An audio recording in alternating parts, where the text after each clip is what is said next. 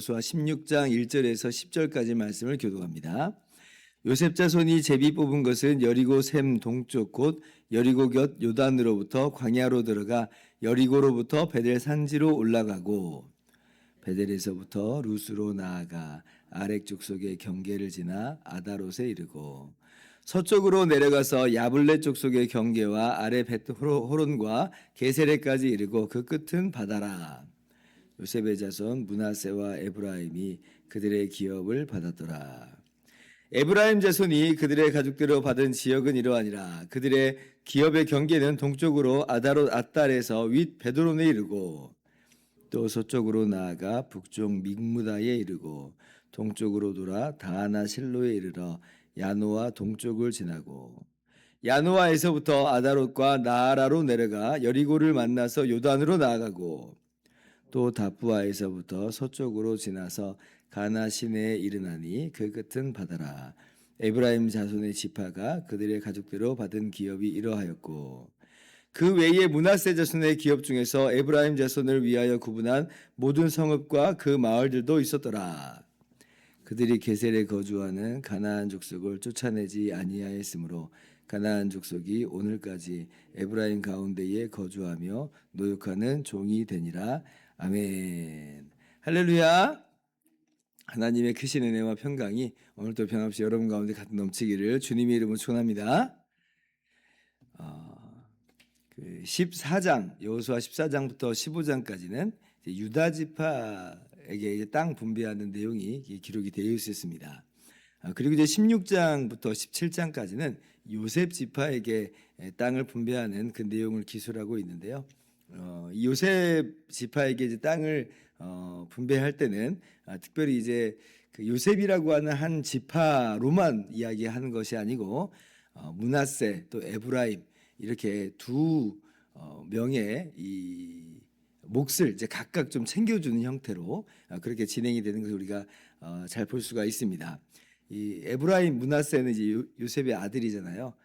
야곱의 손자이기도 한데 그런데 이제 다른 지파들과도 마찬가지로 그렇게 이제 정당하게 12지파의 한 일원인 것으로 그렇게 지파를 이제 땅을 분배를 하는 거예요. 그래서 요셉 지파가 땅을 분배받는 과정을 보면 한 덩어리처럼 보이는데 그런데 또 따로따로 두 몫을 받는 것 같은 이제 그런 모양을 우리가 볼 수가 있습니다. 왜 그런가라고 할 때 그것은 다름 아니라 요셉 지파가 이 야곱의 이 장자의 이제 명분을 장자의 권리를 갖기 때문에 그래서 두 몫을 이제 받는 그런 모양이 되는 것이에요.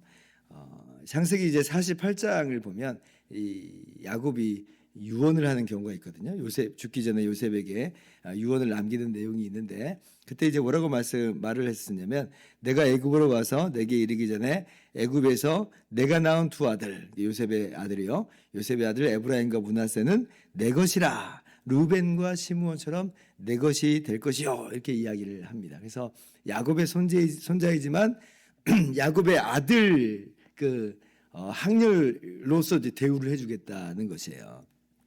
왜냐하면 이제 요셉이 이 장자의 그런 명분을 장자의 권리를 얻기 때문에 그렇습니다.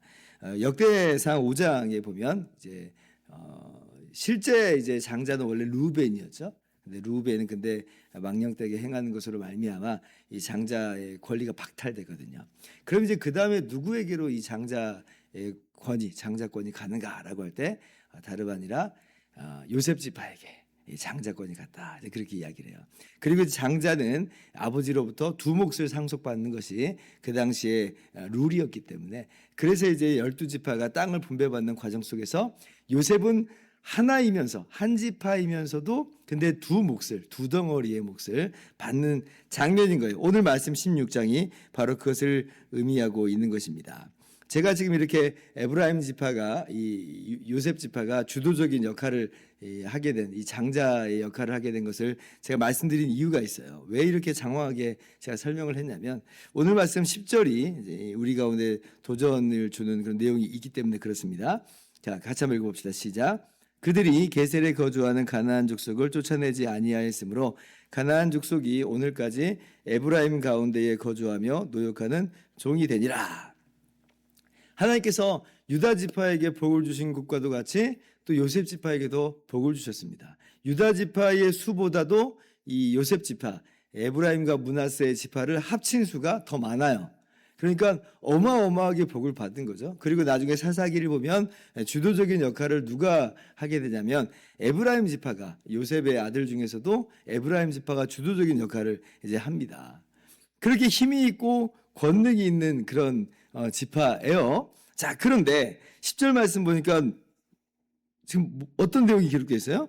가나안 족속을 쫓아내지 아니하였다 그래요. 그리고 이 가나안 족속이 그래서 에브라임 가운데에서 종이 됐다 그렇게 이야기합니다. 지금 이게 깜짝 놀랄 만한 이야기죠. 왜 이게 지금 큰 문제가 되냐면 하나님께서 이렇게 하지 말라고 했던 그 내용을 지금 다름 아니라 이 요셉 지파가 지금 자행하고 있기 때문에 그렇습니다. 신명기 7장 2절을 보면 내 하나님 여호와께서 그들을 내게 넘겨 내가 치게 하시리니 그때에 너는 그들을 진멸할 것이라. 그들과 어떤 언약도 하지 말 것이요 그들을 불쌍히 여기지도 말라 그렇게 말씀을 하셨거든요.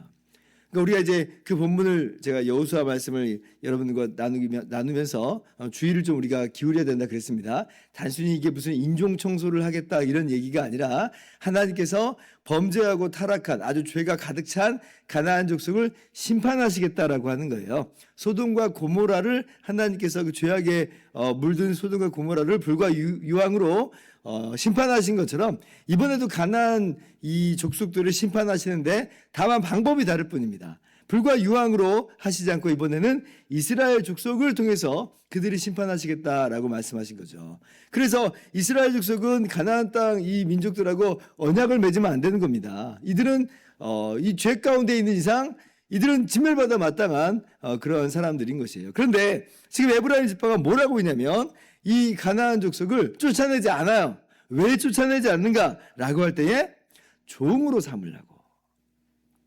종으로 삼기 위해서 쫓아내지 않는다라고 하는 거예요. 어저께 이제 유다 지파의 이야기를 하면서 유다 지파도 비슷한 그런 모습을 취했다 그랬죠. 이 63절 15장 63절 보면 이 여부스 족속을 예루살렘 주민 여부스 족속을 쫓아내지 못하였다 그렇게 성경이 기록하고 있어요. 근데 약간 뉘앙스가 좀 다르죠. 유다 지파는 쫓아내지 못했다예요. 어떻게 보면 유다 지파의 어떤 능력이 부족하고 유다 지파가 실력이 못 미쳐서 연약해서 지금 쫓아내지 못한, 이것도 사실 문제가 있지만 왜냐하면 하나님이 함께 하시면 할 수 있는데 두려움이 그들 가운데 다소간 들어갔기 때문에 저들은 우리가 할 수 없어 라고 하면서 못 쫓아낸 거예요. 유다 지파도 사실 그런 부분에서 결코 하나님 말씀을 순종했다라고 말할 수가 없는 것입니다. 그런데 지금 이 에브라임 이 요셉 지파는 한술 더 뜬 거예요. 쫓아내지 않았다. 왜냐하면 종으로 삼으려고. 자, 개구리 올챙이적 생각을 못하는 그런 모양이기도 하죠. 왜냐하면 이스라엘 백성들이 400년 동안 애굽에서 종살이를 했잖아요. 까닭없이 종살이를 해서 어떻게 보면 종이라고 하면 정말 치를 떨어야 될 텐데 그런데 오히려 이제 자기들이 애굽과도 같은 모습이 돼버렸어요. 그래서 지금 가나안 이 족속을 지금 이 종으로 삼는 그런 모양을 취합니다. 왜 그런가? 아니 종이 있으면 편하잖아요. 종이 해줄 거 다 하고 종이 일할 거 다 하고 챙겨줄 거 다 챙겨주고 나는 그냥 종 부리면서 그렇게 지내면 되는 겁니다. 그러니까 지금 그것이 이제 눈에 들어오는 거예요. 그러한 탐욕이 그러한 욕심이 그들 마음과 들어갔기 때문에 하나님께서 진멸하라고 했던 그 명령을 불순종하고 오히려 에브라임 이 요셉 지파는 그들을 종으로 삼아서 공공연히 이제 하나님 말씀을 어겼다라고 하는 거예요. 가장 앞장서서 하나님 말씀을 순종해야 되는 그러한 장자의 명분이 있는 그 지파가 물론 이제 나이로 따지면 가장 어렸던 그런 지파였지만, 그러나 하나님께서 복을 주셔서 이렇게 정말 창성하게 된 이 지파가 오히려 하나님 말씀을 어기는 이 장면을 보면서 이것이 다른 사람들에게는 어떠한 영향과 어떤 여파로 그렇게 다가갈 것인가. 그러니까 유다 지파의 실패와 또 그리고 에브라임 지파의 불순종을 보면서 이 나머지 이제 지파들의 모습은 어떻게 될 건지 우리가 보지 않아도 뻔한 그런 장면을 우리가 이미 여기서 보게 되는 것입니다. 이것이 이제 에브라임만의 이야기는 아니고 사실 우리 모든 사람들의 동일한 마음과 어떤 우리들의 연약함이라고도 할 수가 있겠습니다. 그만큼 우리는 쉽게 세상의 어떤 부귀와 세상의 어떤 재물과 그런 것들의 욕심에 사로잡혀서 살아갈 때가 참 많거든요.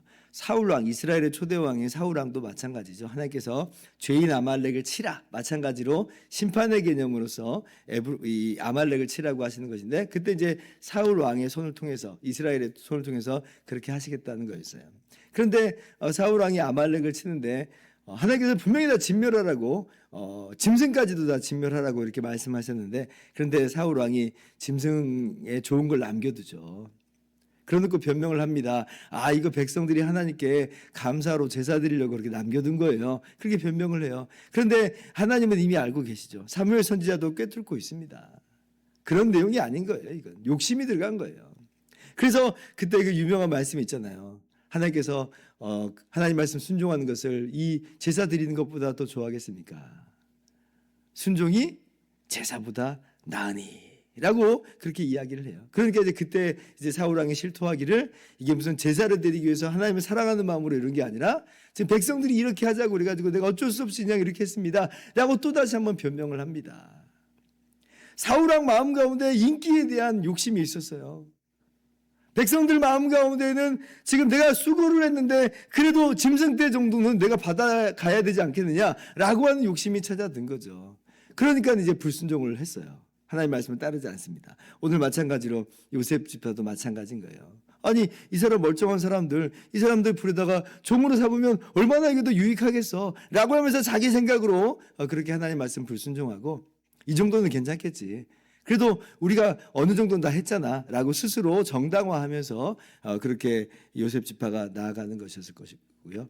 그리고 하나님께서는 이런 모습을 이미 다 알고 계십니다. 오늘 우리의 모습을 좀 돌아보았으면 좋겠습니다. 우리가 누구의 말씀을 귀 기울이는가, 하나님 말씀에 귀를 기울이는가, 아니면 내 내면에서 올라오는 나의 욕심과 나의 욕망의 소리에 귀를 기울이는가 생각을 해봤으면 좋겠어요. 하나님께서 내게 복을 주신 것이 분명하고 정말 많은 복을 받은 것이 분명하다면, 그러면 내가 하나님 말씀에 기꺼이 순종하면서 살아가는 것이 마땅하다 다짐하고 결심하기를 바랍니다. 그것이 내게 언뜻 유익하지 않는 것처럼 보인다 할지라도, 그러나 하나님 말씀 따라가는 게 정말 참으로도 유익한 거예요. 오늘 이렇게 이스라엘 백성이 잠깐 눈앞에 있는 이익을 쫓아가는 것으로 말미암아, 그러나 나중에 얼마나 막심한 피해가 찾아와요. 사사시대를 건너가면 메소포타미아 구산 리사다임의 압제를 받죠. 모아방 에글론의 압제를 받죠. 하솔랑 야빈에게도 압제를 받죠. 그 모든 것이 범죄하여 하나님 말씀 불순종한 이스라엘 백성을 향한 하나님의 징계의 손길이잖아요. 이렇게 자기 욕심 따라가다가 오히려 죄 가운데 굴러떨어지고, 그리고 하나님의 징계를 맛보게 되고, 그러니까 오히려 그 손해는 더 막심하고 컸더라. 지금 당장 이것이 이익인 것처럼 보여도 그렇게 세상 따라가고 내 마음 내 욕심 따라가면 그게 더 손해입니다. 하나님 말씀 따라가는 것이 정말 더 복인 줄을 알고, 오늘 그렇게 우리에게 주신 그 능력 안에서 그 큰 능력으로 범죄함으로 나가는 게 아니라 오히려 하나님 말씀을 순종하면서 하나님 나라 일을 감당하며 하나님께 영광 돌리는 그런 멋진 삶을 살아가는 저와 여러분 다 될 수 있기를 주님의 이름으로 축원합니다. 기도하겠습니다.